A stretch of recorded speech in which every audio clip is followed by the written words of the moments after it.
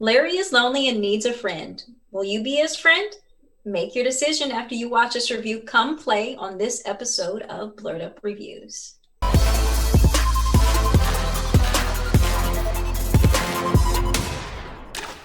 Welcome back to another episode of Blerd Up Reviews, where we watch, react, and review all things movies, TV, and gaming, all with a blurred twist. We're your host, I'm Killy Cam. And I'm Monique. And today we are reviewing the new horror flick, Come Play. Now, this one kind of popped out of nowhere for me. I know it went into theaters, and then I think it kind of released on Theater at Home, like just a little bit after its theater release. So you knew I wasn't going to movies to watch it. So when it popped up, I was like, ooh, this looks interesting. A little tech horror. How is this going to play out? So brief synopsis of this movie. Basically, what did you pick from it? Like, what were your thoughts going into this movie? To be honest with you, my thoughts were exactly what it was. There's a monster trying to get at a little boy, and everybody in the movie is trying to do whatever they can to stop that, and we see if they're able to do that or not. I thought it was going to be one of those My Imaginary Friend type movies where it kind of was, but I was happy with, I guess, the direction it took. So definitely, let's jump in and review this movie. Before we do that, though, thank you for everyone who's been liking and subscribing to our channel. Again, your likes, your views helps us grow as a new channel. And also, it just makes us feel good to know that we get to share our thoughts and opinions on these movies with all you wonderful Blerd boys and girls. If you are new to our channel, please don't hesitate to drop us a like if you are feeling this content. And if you do want to stay up to everything that we have coming forward, make sure you hit that subscribe button. That way you are notified every time we drop new content. Mm-hmm. All right, without further ado, Come Play 2020. I only saw one person in this movie that I really recognized. Which it was John Gallagher Jr. Yeah, and I recognized him from Cloverfield and a bunch of other stuff. So yeah, he's been in Cloverfield, 10 Cloverfield Lane, Underwater, and I think he was also in Westworld too. That's the other place I saw him at. Okay. So all right, I was feeling it, but yeah, movie opens and you start to understand, okay, this is a family, a mommy, a daddy, a little boy, and the little boy is autistic. Definitely on the spectrum, just a little bit deeper than some other people might be. He can't talk at this point. So you see him kind of working with his speech therapist, and you kind of see the mom treating him with like kid gloves. You see that like extreme kid gloves, which I guess, you never really know. I've only been exposed to two children who have been autistic, and one could talk, the other one couldn't, but that motherfucker, so I'm sorry, that little dude was like one of the best artists. Like, he was like 7 and he was like one of the best artists I've ever seen in my life. So it's kind of like, I don't even know how to explain it, but that's been kind of my exposure to autistic children. But I thought I was like, she was really, really like protect. I don't know how to explain it. Still in the womb, protected. Yeah. And so I can understand why. He's autistic, so he's not going to react to things the same way everybody else would. But I feel like they did a very good job because movies in the past, you see there's an autistic child, all of a sudden they're automatically at a disadvantage than everybody in the movie. I did not feel like that in this movie. I felt like they made Oliver, is his name, the character in the movie, very competent. I feel like he was like the smartest person in this movie, which I felt was like more realistic than movies I've seen in the past. So yeah, and I definitely think the story arc for his character lent itself to the story also. It wasn't something cheesy where he just kind of woke up one day like, I can talk and form full sentences. No, that's not what it was. It was like you saw kind of his progression from the start of the movie down to the end of the movie. of him having to react to this stimuli because Larry was a mean mug, you know. Which actually, Larry didn't really seem that mean to me, was the other part of it, but we'll get into that a little bit later. Um, to compound this situation, though, you know, he's going through his day to day life challenges. He doesn't speak, so he relies on technology, a telephone and a tablet to kind of communicate. But then also, you kind of start to understand the dynamics of the family, of the neighborhood, of his school life. You kind of understand that there's some shit that happened before this movie started that has kind of shaped the way this world that Oliver lives in for what it is, you know? Yep. Yep. And in many ways they did for this movie, because again, going into this movie, I thought it was the typical, you know, horror monster movie. You know, I knew it was going to happen beginning, middle, end. But I felt like they threw a couple of things in there that surprised me. And it wasn't just like the typical, I mean, there were parts of it that were predictable, that I thought anyways. But they did throw little splashes in there of, okay, that was unexpected. Like, I didn't expect that to go the way it was. Perfect example is the bullies in this movie. They're not the typical bully as we would see in, you know, previous, you know, horror movies. So I thought that was really something good that they really did. Yeah. But they did kind of really kind of amp up the emotion for us to care about Oliver, because when he was being bullied, I was like, I'd be at that school knocking them little boys' heads together, like clank, clank, clank, clank, you know? But the other thing I liked about this movie was it didn't take the parents very long to like kind of, you know how some movies, they don't even see what's happening until like the third act. Wait a minute, though. I get what you're saying. However, there were times in this movie where Oliver has warned them several times, like, yo, don't read this. Yeah. You know, strange things are happening. And they're just like, oh, buddy, it's okay. See, it's just a story. And they start reading it. Stuff starts happening. And then they're like, that's weird, or these lights are messing up all the time. Let me just go ahead and finish this. Like, excuse me. But if you notice though, that was more the dad than it was the mom. The mom came to it way more quickly than the father did. No, I have to disagree with you there again. There is a really funny scene in this movie where I was like looking at the screen. I was like, are you really this dumb? And I'm just going to say there's a scene in here where Larry helps the mom out with replacing some bulbs in the living room.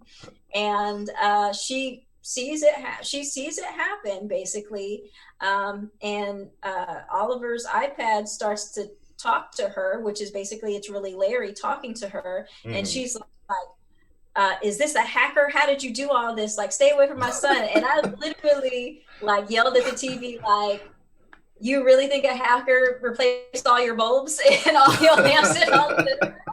You really think we can, like, okay, all right. So that was a perfect example where I was like, y'all not, they found it out more quickly than probably the typical movie, but it still took them a while to be like, y'all are not listening to Oliver trying to tell you know. Yeah, I chalk that up to the natural progression of an adult listening to a child trying to make sense of something that's not going to make sense. But like you said, I felt that they really came to the proper conclusion a little bit more quickly than you normally see in these movies. Specifically the mom, because she spends most of the time with Oliver. The dad is kind of absent. The dad is kind of like, he's the, I guess what do they call it? A millennial type dad, where he's like, hey buddy, everything's cool. Yeah. Or just kind of like the fun time.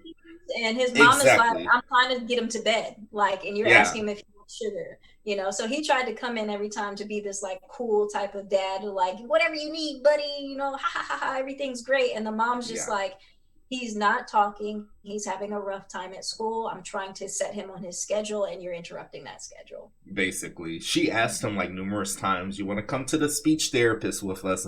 Oh, I can't today. I got to work. Which, fine, you get it. But come on, dude, you need to do something here to Mhm. contribute to your child's growth, you know? Which, again, when it comes to the arc of the characters and the story, at the end, he eventually gets there, but after what cost, you know? Yeah. Would he have been Yeah. able to change the way things went? Not really, because Larry was a beast. And mind you, I have a thing for monsters that just have regular people names. I love that shit. So. No, like when literally when I found out the monster's name was Larry, I literally went to Buffy the Vampire Slayer because all and everything in that show were like, "Hey, I'm Phil," you know. Right? Like they had regular names, so I was like, "Yo, this is the Buffyverse. Like, how did he get here?" You Right. know. It is almost disarming because his name is Larry, but then you see him and you like the one part did you jump at all in this movie?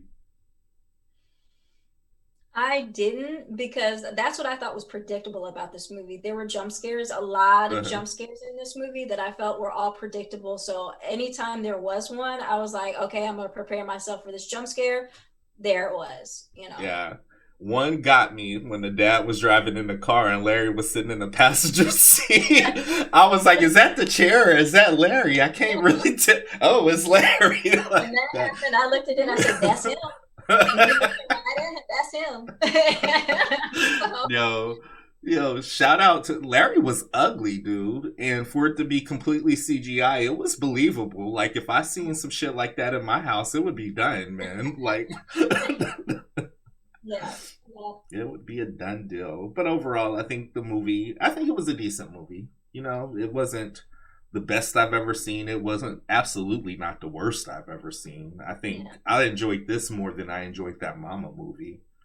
You Yeah, know. yeah.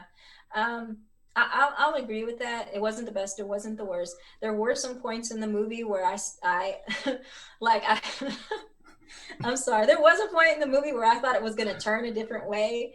Mm-hmm. The mom is like, the mom is having a conversation with the dad, and she was like, "I should have." And I was like, what are you talking about? Wait, like, I thought she was going to say, I should have aborted him. And I was like, where is Yeah. this movie going? But she ends up saying something else. But there's so many types of like, just scenes like that in this movie where I'm like, I think it's going to turn, but it just Yeah. goes typical thing. But there was also a lot of instances in this movie where I laughed. I laughed out loud. There was some stuff in here where I was like, what? Like, you guys know Larry's backstory from a kid's drawing? Like, what? Yeah. Yeah. And I don't know if that was a good thing or a bad thing. I couldn't tell if it made it okay or made it worse because on one hand it's like I'm curious, but on the other hand, not knowing where the hell Larry came from made it a little bit more frightening.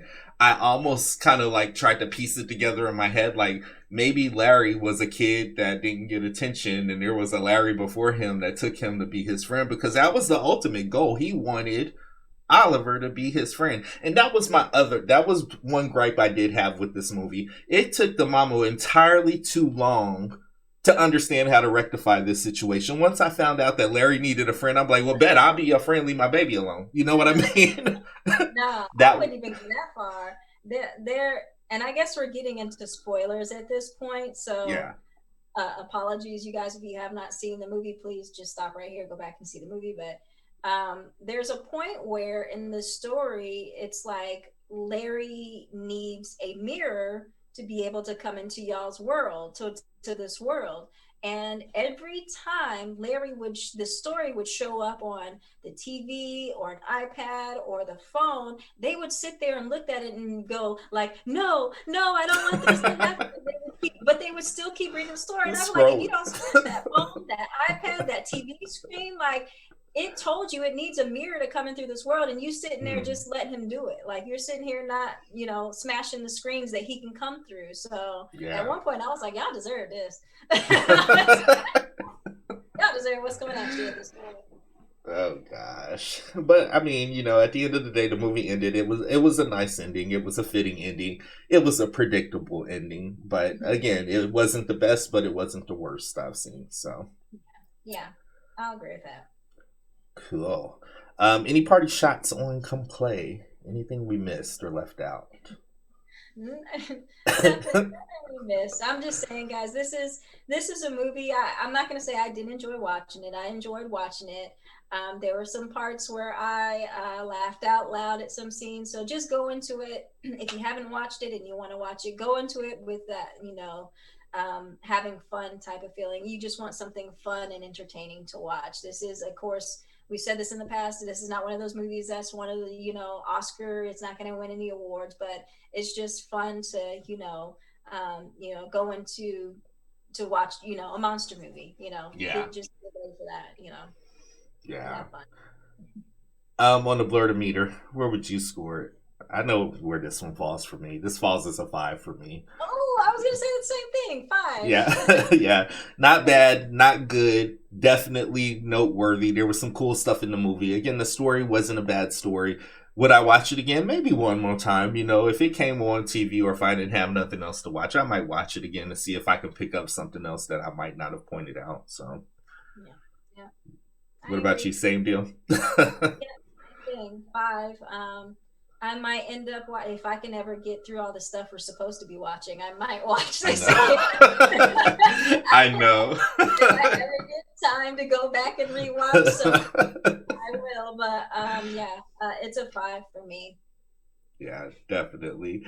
Guys, what do you think? If you have the opportunity to check out Come Play, what are your thoughts? We definitely want to know. Drop down in those comments. Let us know how you feel. And if you have any additional movie suggestions, again, we're kind of in this weird space with the Rona. We got a big flood of stuff and now it's kind of quiet again, but it's going to pick up again after this week from what I see. So what else would you like me and Mo to review? Drop down in the comments. Let us know. Until next time, again, we're your host. I'm Killer Cam. Monique. We'll see you on the next episode of Blerd Up Reviews. Thanks, guys.